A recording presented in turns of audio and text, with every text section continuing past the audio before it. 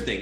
If you did a carnivore diet, right, for the long term, you need to be eating organ meats, right? So either organ meats or some kind of caviar or something so you're going to get more of a nutrient profile. Because if you just eat, ribeye steaks, you're going to be missing a lot of nutrients, right? And if you add eggs to it, then you get a lot more of the nutrient profile. But if you certainly eat, liver and organ meats, then you can get all of the nutrition that you need from just animal-based sources. I think there's plenty of studies in science that shows this. I think most people that do carnivore diet, they just eat steaks. And when I did carnivore diet, I just ate ribeyes. That's what I did, because I don't want to eat organ meats.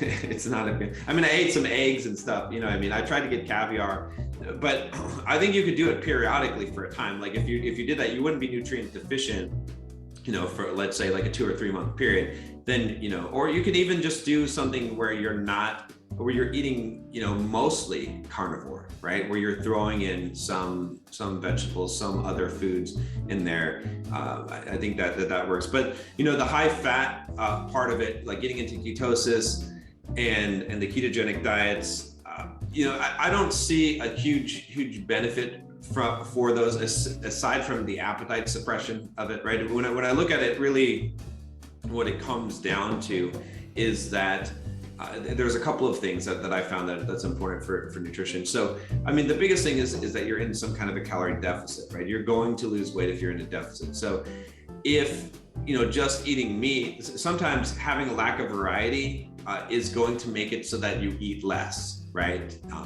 What really kills us is variety, right? So the more stuff that we have, in fact, when we look at the most unhealthy foods that we consume in large quantities, it's because they've been engineered in that way, right? A donut, it has sugar and fat. It has, all these things that make it a lot more appealing to us than basic food. If you just had rice to eat, you're not going to overeat on rice. You're not going to, But if you have a bunch of donuts, you're going to overeat on donuts and cake. So I think there's that element to it.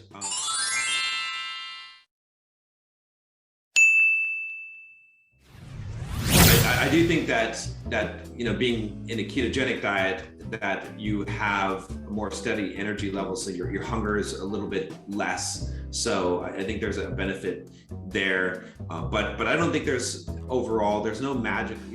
Just like I tell people all the time, there's no magic with fasting. There's no magic with ketogenic diets. The main loss of weight is going to come from the calorie deficit. That's what it is. Now, if those things make it easier for you, then sure. There's other benefits, like I said, with the fasting, with the aging, I feel like, and the health benefits of doing that. But I haven't really seen, that much of a difference as far as weight loss or being lean. And I've done, I've done 0 carbohydrate diets. I did that way back, and sure, I lost weight. You're gonna lose a lot of water weight is what's gonna happen at first, because you're gonna lose the glycogen from your muscles, and a lot of people confuse that with actual weight loss. But it doesn't really accelerate the fat loss. It still comes down to the deficit. The only other piece of it, I think, is maybe the nutrient partitioning.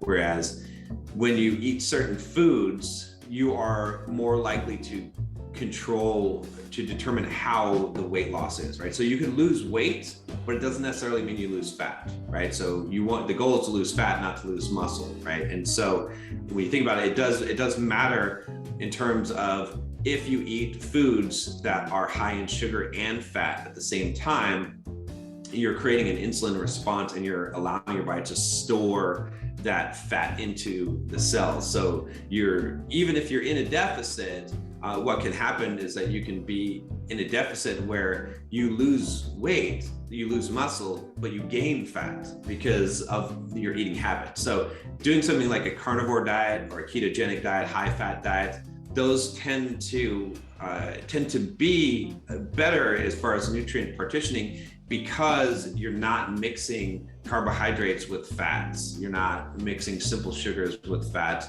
and that's really the killer, right? Of all the research, of everything that I've ever found from nutrition, because I've read books on vegan diets, plant-based nutrition, and carnivore diets, and fasting, and all those things, the number one thing that is in common that everyone agrees on, and that I agree is the number one killer and harmful thing is sugar. Sugar is the thing that is bad for you, period.